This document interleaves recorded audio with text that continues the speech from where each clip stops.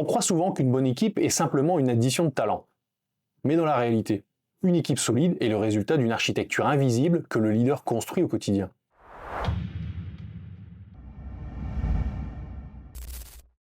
Cette architecture repose sur 3 piliers: la confiance, la discipline et les rituels. Sans ces 3 éléments, le collectif s'épuise, même avec les meilleurs profils. Et vous l'avez peut-être déjà vécu. Peut-être même que vous êtes concerné. La confiance n'est pas une émotion, c'est une mécanique. Elle se construit à travers des signaux répétés où chacun montre qu'il est fiable, prévisible et honnête dans sa manière de collaborer. Une équipe ne devient pas soudée parce que les gens s'apprécient. Quoique, ça peut arriver évidemment. Mais elle devient surtout soudée parce que chacun peut anticiper le comportement des autres. Les travaux d'Ackman montrent que la performance d'une équipe dépend moins du talent individuel que de la qualité du cadre structuré autour d'elle. Ce cadre, c'est le leader qui le crée, consciemment ou inconsciemment. Or, quand le cadre est flou, les comportements se désalignent. Alors que quand le cadre est clair, les comportements se synchronisent.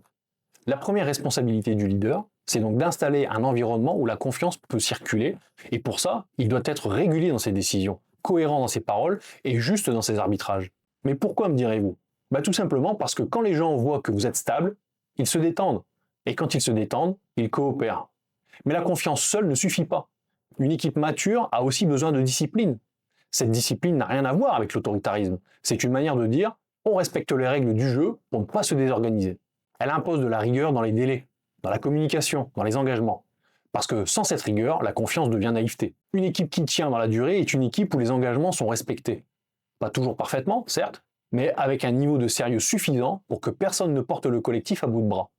Et c'est précisément ce mélange de confiance et de discipline qui crée la vraie solidarité. Pas la solidarité affective, mais la solidarité opérationnelle. La solidarité opérationnelle, c'est quand chacun fait sa part sans attendre qu'on lui rappelle. Voilà, tout simplement. C'est quand on peut se reposer sur l'autre sans s'inquiéter de ce qu'il fait. Et pour maintenir cela, les rituels sont indispensables. Ils servent de repère fixe dans un environnement mouvant. Les rituels, ce n'est pas du folklore, ou alors pas que du folklore. C'est une manière de rythmer la vie de l'équipe pour éviter les dérives. Mais pas n'importe comment. Un rituel bien construit permet de synchroniser les attentes, d'évacuer les tensions légères et de garder le collectif aligné. C'est un calibrage régulier qui empêche la désorganisation silencieuse. Les grandes équipes, qu'elles soient militaires, sportives ou encore organisationnelles, fonctionnent toujours avec des rituels précis. Parce que les rituels créent de la continuité dans les environnements instables.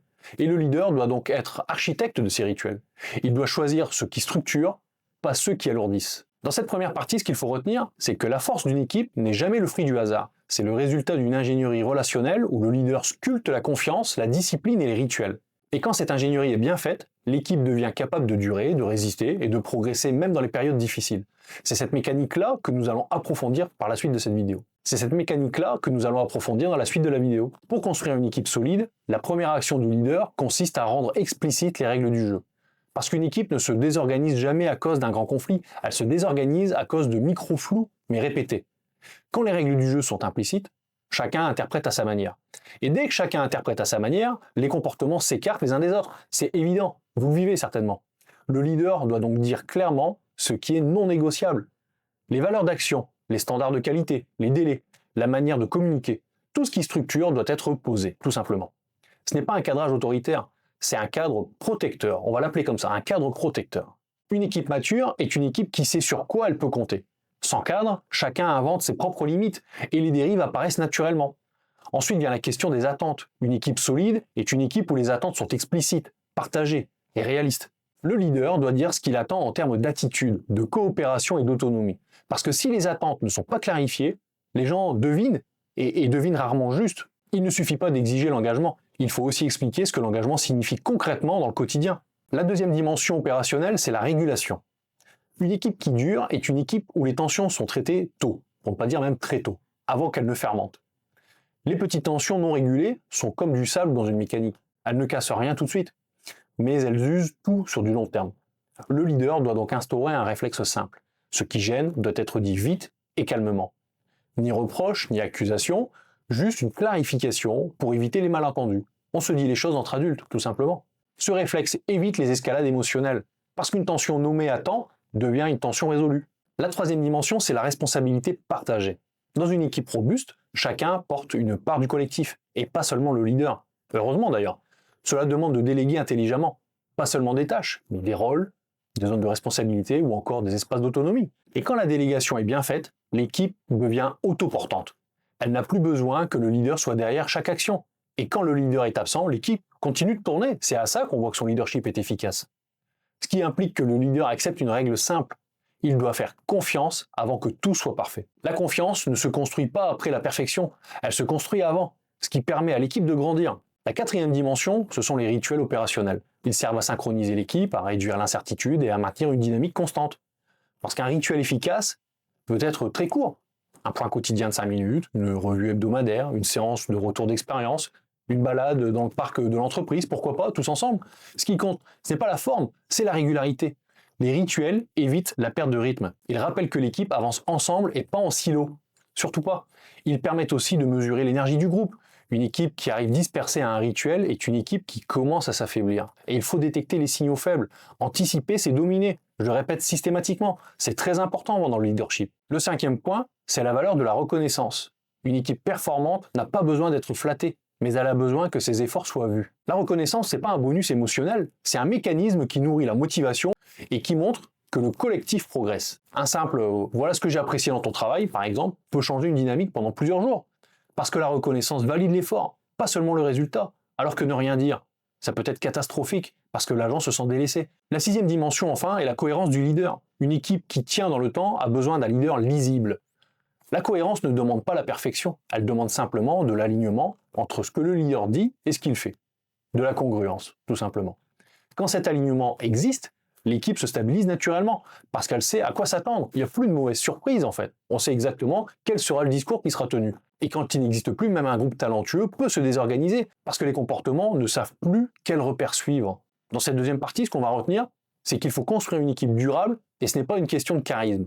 C'est une question de structure, de régulation et de cohérence. Une équipe solide n'est pas une équipe parfaite. C'est une équipe qui sait se recaler régulièrement grâce à un leader qui maintient les repères clairs. Quand une équipe tient dans la durée, c'est jamais un accident. C'est le résultat d'un travail invisible que vous, en tant que leader, répétez jour après jour. Les équipes qui durent ne sont pas celles où tout est facile. Ce sont celles où le cadre est clair, où les tensions sont traitées tôt et où chacun sait qu'il peut compter sur les autres. Ce qui fait la solidité d'un collectif, ce n'est pas l'absence de problèmes, c'est la capacité à les absorber sans se fracturer.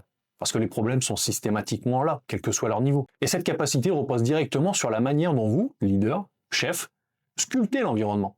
Votre constance, votre cohérence et votre lisibilité deviennent les piliers du fonctionnement collectif. Une équipe devient forte quand elle ne dépend plus de l'humeur du moment.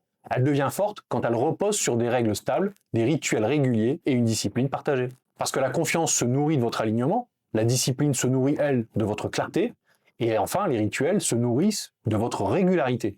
Et quand ces trois éléments sont présents, l'équipe se renforce presque toute seule. Elle gagne en autonomie, en maturité, en fluidité. Les gens arrêtent de compenser pour les autres.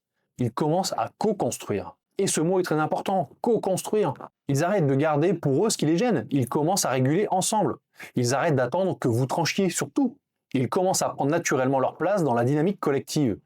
Une équipe qui tient, c'est une équipe où le leader n'a plus besoin de surcommuniquer pour garder tout le monde en ligne. Le système fonctionne, et fonctionne seul, parce qu'il a été structuré avec discernement. Et c'est ça, finalement, la force d'un leadership mature.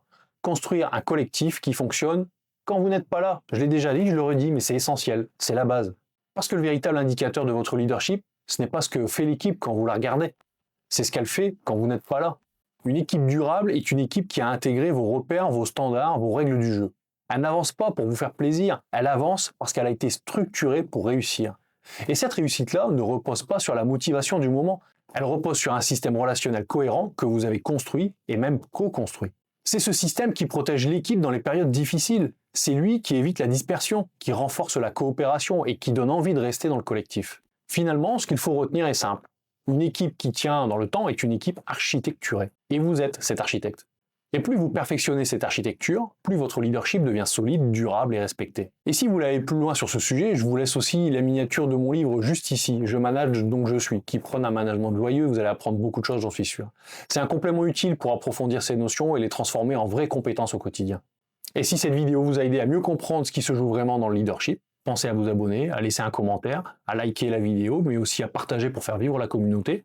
Ça me permet de continuer à vous proposer du contenu exigeant, utile, directement actionnable dans votre pratique du manager ou de dirigeant. Alors on se retrouve très vite pour la suite, et d'ici là, prenez soin de votre leadership. C'est votre meilleur outil pour faire grandir les autres et pour continuer à grandir vous-même. À bientôt.